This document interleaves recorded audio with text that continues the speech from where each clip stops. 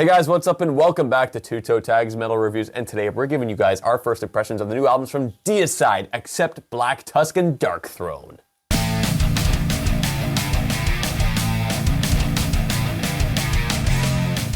So a big smorgasbord of albums here today, a lot of different sounding albums, a lot of different sounding genres, and I'm going to open it up, talk about what I started my day with, and that is It Beckons Us All by Darkthrone.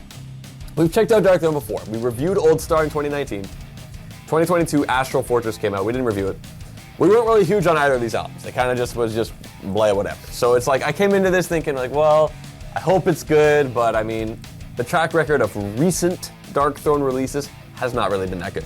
That being said, I liked this album. I think that they really made stuff different with it, and there's actually some interesting stuff as opposed to it just kind of being like, whatever, it comes and goes. There's this cool vocal effect that happens at the start of the first track, which just out of the gate I thought was pretty interesting. And I'm like, it's kind of giving like an atmosphere of like outer space, which works out because that's what's on the album art. So it's like, well, it works out, that's the vibe that they're going for. So the main riff there is pretty simple, and I kind of felt to myself, as long as this riff doesn't drag too long, then it's like, I'm cool with it, you know? Because that was kind of the issue that we were having with the more recent albums before this. Something interesting to note, Astral Fortress had a song called Eon 2. This one has Eon 3. The original Eon, the original Eon is from Soulside Journey, which is like their first record from 1991. So just an interesting thing there.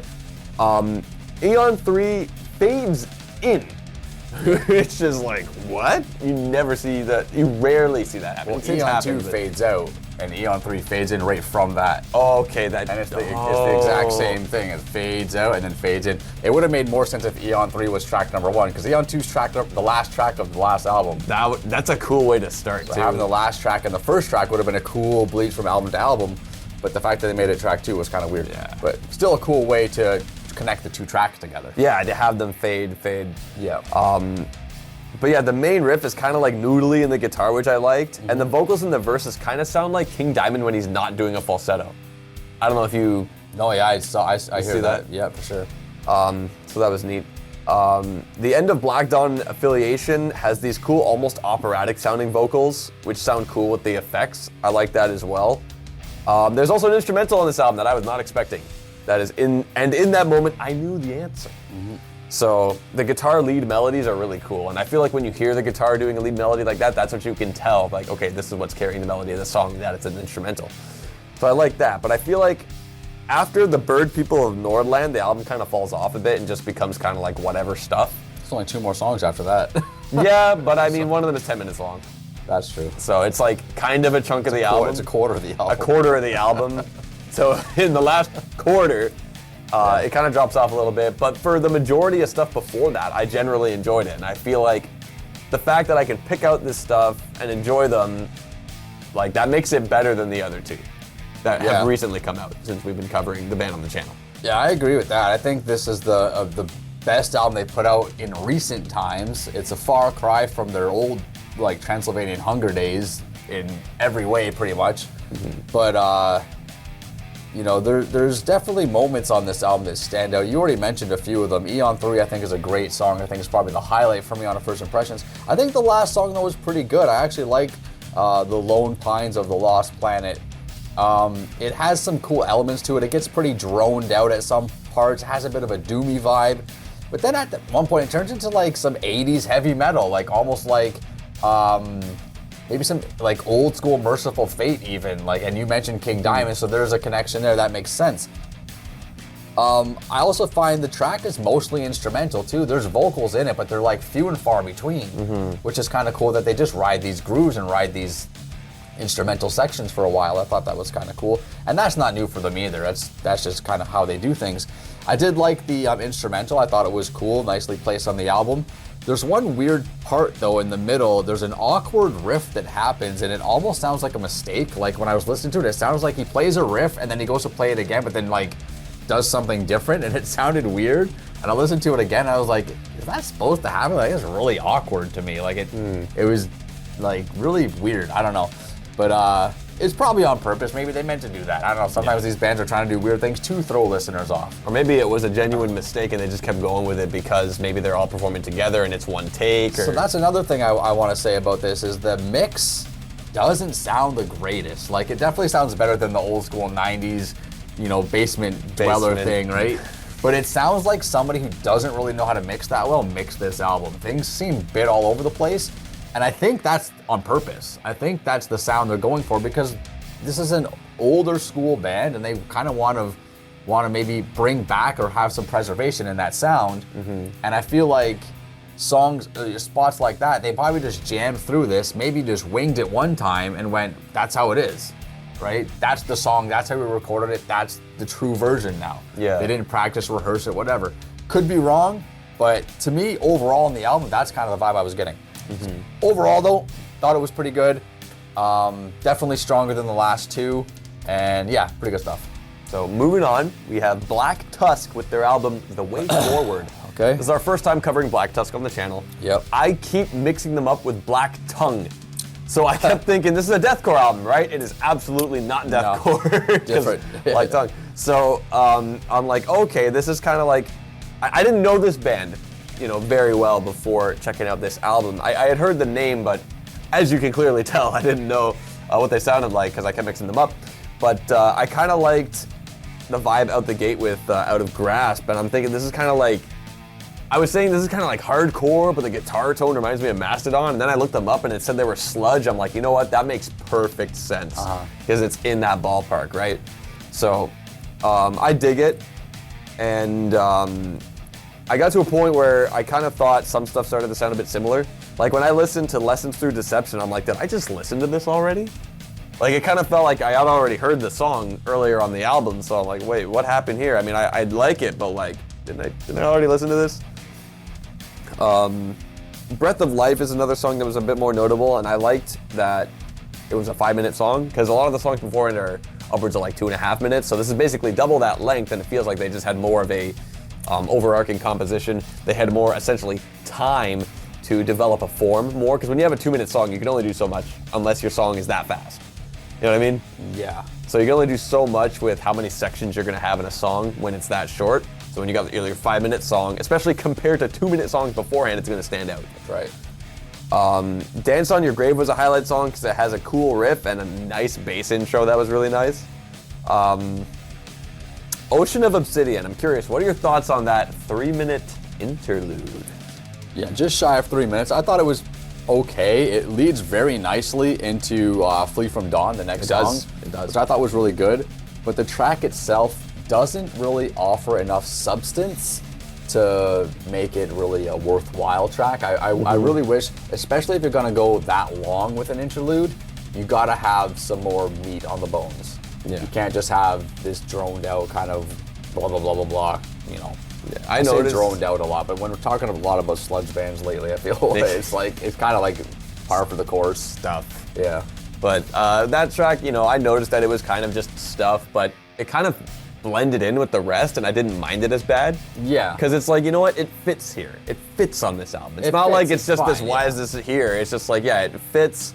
It is a bit on the longer side, but I didn't mind it. Yeah. Yeah, you know what? This is kind of my first time diving into Black Tusk as well, and I thought it was fine. I feel like tonally, this album was very metal, but its rhythmic energy and its vocal style is very punk. So I feel like there's a lot of punk influence there. I guess you said they're sludge or whatever. They're kind of, like stoner metal, very, very punk influence though. They got some good energy, man. There's a lot of, punk music is energy based. Like that's kind of how it is. So, you mentioned Breath of Fire. I thought Breath of Fire was also good.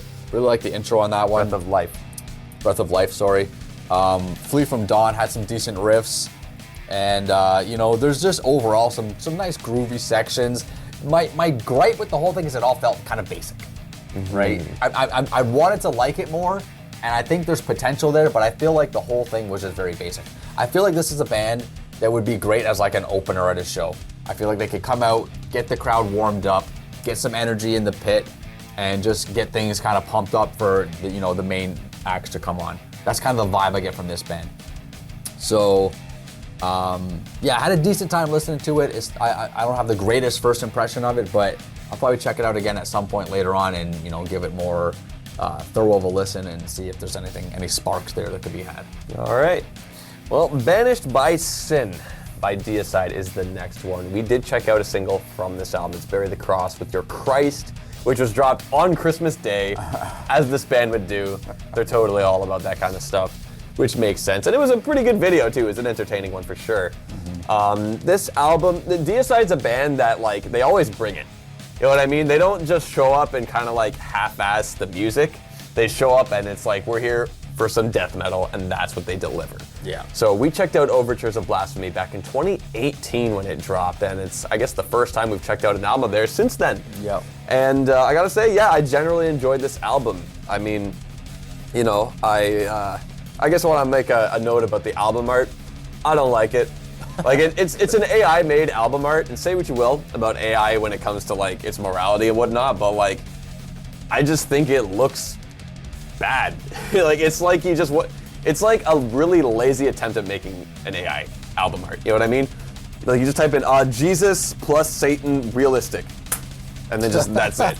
And it's okay. I know Glenn Benton doesn't really care. He's whatever, I want to piss people off. And it's okay, well, if he doesn't care about what people think, I'll just say I think it looks like garbage. You look at the album art for Overtures of Blasphemy. That was sick. That was awesome. It kind of just says lazy to me. Let's just do it in an AI. That's cheap. Doesn't cost us anything. Blah. But it is what it is. Say what you will about the album art. The album musically, I thought was good. As I mentioned, these guys like to bring it. And the first, instantly, the opening scream in this album I thought was rad. I think Glenn Benton has some really cool screams on this album. The highs are what always get me. The lows are cool, and they're comparable to Corpse Grinder to a degree. Obviously, they don't sound just like him, but they're comparable. Yeah, they're comparable. But it's always when he pulls out one of the highs, it's oh, that was pretty cool. Especially because there's layering involved as well, and I thought that is really nice about his vocals. I've often wondered if it's actually Glenn doing the highs. I don't know if it is. I don't know if there's another member that sings or not. Maybe it is. I really don't know. But you're right, though. It is something that I noticed as well, and I feel like that those high screams, backing vocals, whatever, they definitely accent Glenn's growls. So I think it's a really cool dynamic. Whoever or however they're doing it, it's really cool to have it in there. Another thing I really like about this album is that it's kind of like a testament to this band's overarching sound, is that they capture the old school death metal style with their performance, but it is a clean, crisp mix, and I really like that, because the old school death metal stuff was mixed very rough back when it was, at the time, I guess new, when it was first coming out. So it's cool to see this band carrying that torch and sound good with it too. I like that a lot. Doomed to Die almost starts with a jump scare guitar solo. It's like they were recording and the guy's doing this sick guitar solo and they forgot to hit record. So they hit it halfway through the solo and he's just finishing the solo. And obviously, that's intentional. Ever just start in the middle of a solo. It's whoa, what the heck is that? I thought that was cool. Yeah. I had a pretty good time listening to this album. I just feel like there's just so many songs on this album that just fucking work. Yeah. And they just do what they're supposed to do. Just give you just that brutal, just slaying death metal that's just brutal and intentionally offensive. Right? Yeah. In your face stuff, right? That's their thing. It's they really like to push people like that. To push people, exactly. We'll use AI. It pisses people off, so let's do it. So songs like Banished by Sin, for example, just ear-crunching riffs. Ritual Defied. This one's just really straight-up brutal death metal, just in-your-face style metal. You have songs like the opening track, for example, from Unknown Heights You Shall Fall, which is a lot more thrashy in its presentation, right? It's not thrash, but it's thrashy, right? And there's a distinction there to be made. Sever the Tongue I thought was sick. Just basically half the album I was making notes going, this is just a fucking awesome song. This is just a rad tune. Yeah. I'm not really picking out individual parts, just the song as a whole. I'm fuck yes. Give this yes. Exactly. Like I said, these guys always bring it. Yeah, very consistent band these guys are. But part of the issue with being so consistent is you run the risk of just sounding like all your other stuff. That's true. You get to a point where it's like you could put on a big playlist of multiple Deicide albums and perhaps it's all like the same thing, but it's a good thing. Yeah. It's a good thing. They do have a range, but how wide is the range? I don't know. Exactly. Anyways, let's move on to the last album we're going to talk about today, and that's Humanoid by Accept. You know, it's funny, a buddy of mine at work was actually playing some older Accept earlier this week. He didn't even know the new album was coming out. It just happened to be that way, and I really liked what I heard. It got me excited. Yeah. Hearing some of the old stuff, like, oh man, yeah, I'm excited. This is gonna be awesome. But I tried this album out, and I was not into it, unfortunately. I feel like you can very clearly hear the age in this band. Yeah. But at the same time, I feel like some of the tracks just kind of just feel like generic, or even in a sense more so lending itself to like hard rock almost, with somehow the choruses are kind of going. Like I started to get to a point where I'm thinking it's reminding me a bit of AC/DC, especially with how the vocals sound. I feel like it kind of taps into that realm. That's just how it was sounding to me. You could probably still call AC/DC heavy metal though. It's just old heavy metal, right? Yeah. Times have changed. It's a really gray area because music overall, especially in the realm of metal, has just gotten heavier and heavier over the years. So it makes something like AC/DC not look the same. Yeah, so it becomes a gray area. When music evolves, does the genre evolve as well? Yeah. Like the description of the genre. We've talked about this before on the channel. It's hard to pinpoint things. Genre is always a difficult thing. But yeah. Now, there's 3 tracks that stood out to me that I enjoyed. One of them was Unbreakable, and I feel like a big part of why it was pretty good is because it was kind of like made to be like a fire starter after Ravages of Time, which is a ballad. So it's like we got the ballad, okay, now let's kick it back into gear with this song, and I feel like that was effective for sure, and I think the song definitely looks good because I guess it was made that way. I also liked Mind Games, that was a pretty good one, but the best song on the album for me was South Side of Hell. It really lent itself to the new wave heavy metal kind of style, and I liked it a lot. Like that track, great track, and I wish the rest of the album sounded like that, because the rest of the album, I was just really whatever on. Because I also thought to myself, these guys are a really old school heavy metal band. Yeah. But there are bands from that same time period that dropped albums this year that I feel like are just overall better. Yeah, like Judas Priest. Like Priest and Saxon both dropped albums this year, and I thought they were just a lot better than this. Yeah, I can agree with that. I also agree with South Side of Hell being the best song on the album. And it's actually the album closer as well, which is pretty cool. But yeah, just the riffs on this song. It's got more energy. It's got more bite than the rest of the album.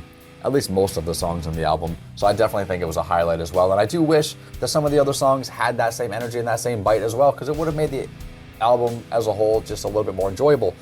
Yeah, I don't know much about this band. I mean, I know who they are. I know they go way back. But other than Balls to the Wall, that's their big hit, right? That's their big hit. Other than that, I don't really know much of their stuff. So even with that said, this sounded pretty much exactly what I was expecting it to sound. And there was a few things that kind of stood out a little bit to me. Nothing mind-blowing. But Humanoid, track number 2, which is the title track, obviously. I did like the bridge section of this song. It had a really cool, slow pounding drum thing with a solo going over top of it that I thought was kind of cool. Then the main beat kicks back in and the solo plays over top of that. So that was pretty nice. At the end of the song, there's a scream that I thought was pretty rough. I was like, ugh. It kind of lends itself to you can hear the age. You can hear the age, ugh. I'm not sure about that, but respectful though. I respect that it's in there, right? Because these guys are old. You got to give them credit where it's due, right? I thought Frankenstein was pretty good. I thought it had a great solo, which is another good thing about this album. The guitar playing is pretty good. But the cool thing about this is it had a good solo, then it goes into this thing, and then it has another solo. So there's 2 solos in the second half of the song, which I thought that was pretty nice. And then Man Up was the next song that stood out to me. I liked the opening riff on this song, and I was like, okay, here we go, another good song. But then the rest of the song just kind of bored me. Yeah. So unfortunately, this album was more misses than hits. But I think for fans of the band, for fans of Accept, I think this might be a good one. And that's kind of what I'm curious about. People that actually are fans of this band and know their stuff and know the sound and know all that stuff, what to expect. I want to know what those people think. It's funny because the coworker that I mentioned who was putting on Older Accept, he listened to the album as well, and he's like, yeah, it was kind of eh. He wasn't really into it. Yeah, you can't listen to something once and there's. Here's the thing, a lot of people, when they're fans of bands for years and decades even, new albums always take time to grow a lot of times. To a degree, it really depends on what direction that band goes, right? I think it's true for a lot of bands. Like if you take Metallica for example, they're kind of a golden example because you take albums like Death Magnetic for example. When that came out, everyone was like, "Oh my God, this is trash," blah blah blah. But if you look at people now, people are like, "Oh yeah, Death Magnetic, that's their last great album." That's an amazing album. Yeah, I agree. And but I liked it when it came out. I didn't switch opinions. Yeah. But a lot of people switched opinions halfway through. Right? Yeah, because I mean, I think when you listen to it first, you have this preconceived thought in your head of what you're expecting, and it takes a little bit of time for you to go, you know what, that's actually pretty good. I was a little bit hard on it at first. And that's why we do things the way that we do on this channel. And with that being said, the album that we're going to put to the test and listen to for an entire week is going to be Banished by Sin by Deicide. We're going to put that album through the ringer, see if it could stand the test of time. And next week, we will be back to give that album a full review. Anyway, guys, that's all we got for you today. Remember to like this video if you liked it. Tell us in the comments below, what do you think of all the albums that released today and any other albums that we did not cover in today's video. Let us know what you think and subscribe if you guys are new to the channel. I'm TV Fish. I'm Vile Self. And keep the horns up.